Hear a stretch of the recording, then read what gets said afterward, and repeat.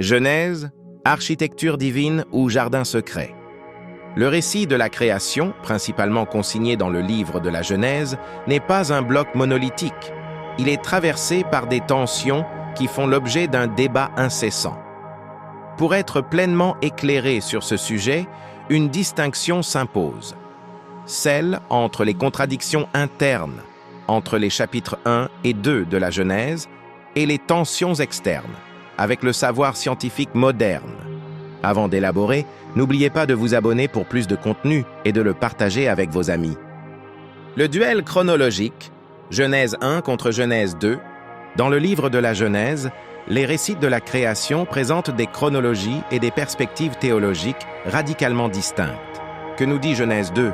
Une histoire intime et centrée sur l'homme. L'homme, Adam, est créé en premier. Genèse 2, 7. Les animaux sont ensuite formés pour lui servir de compagnie. Genèse 2, 19. Enfin, la femme, Ève, est créée en dernier, à partir d'une côte d'Adam. Genèse 2, 21, 22. Ce chapitre insiste. L'homme précède même les plantes cultivées, car il n'y avait personne pour cultiver le sol. Genèse 2, 5, 9. La terre y est initialement dépeinte comme une steppe sèche où rien n'a encore poussé, faute de pluie et de cultivateurs. Genèse 2, 5, 6. Mais qu'en est-il de Genèse 1? Une vision cosmique, bien plus ordonnée. Elle dépeint la terre à son origine comme une masse aqueuse et chaotique, tohu vabohu, sur laquelle plane l'Esprit de Dieu. Genèse 1, 2. L'ordre des créations y est inversé. La végétation précède les animaux et l'humanité, créée hommes et femmes simultanément, arrive en dernier, couronnant l'œuvre. Une impasse théologique frappante.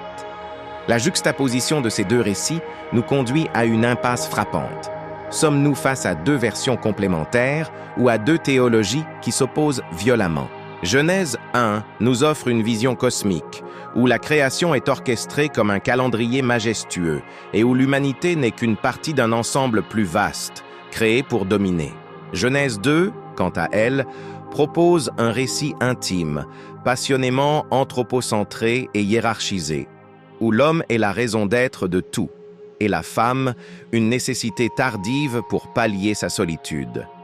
Le choix est presque cruel, n'est-ce pas? Faut-il croire en un Dieu architecte ordonnant le cosmos en 6 jours, ou en un Dieu jardinier façonnant l'argile et soufflant la vie au milieu d'un jardin d'Éden? La Bible elle-même semble ne pas vouloir trancher cette guerre sainte interne, laissant coexister ces deux visions profondes et complexes de l'origine. Face à ces récits divergents, quelle est la véritable histoire fondatrice? La Genèse nous offre-t-elle des réponses ou nous force-t-elle au contraire à embrasser la contradiction comme essence même de la foi?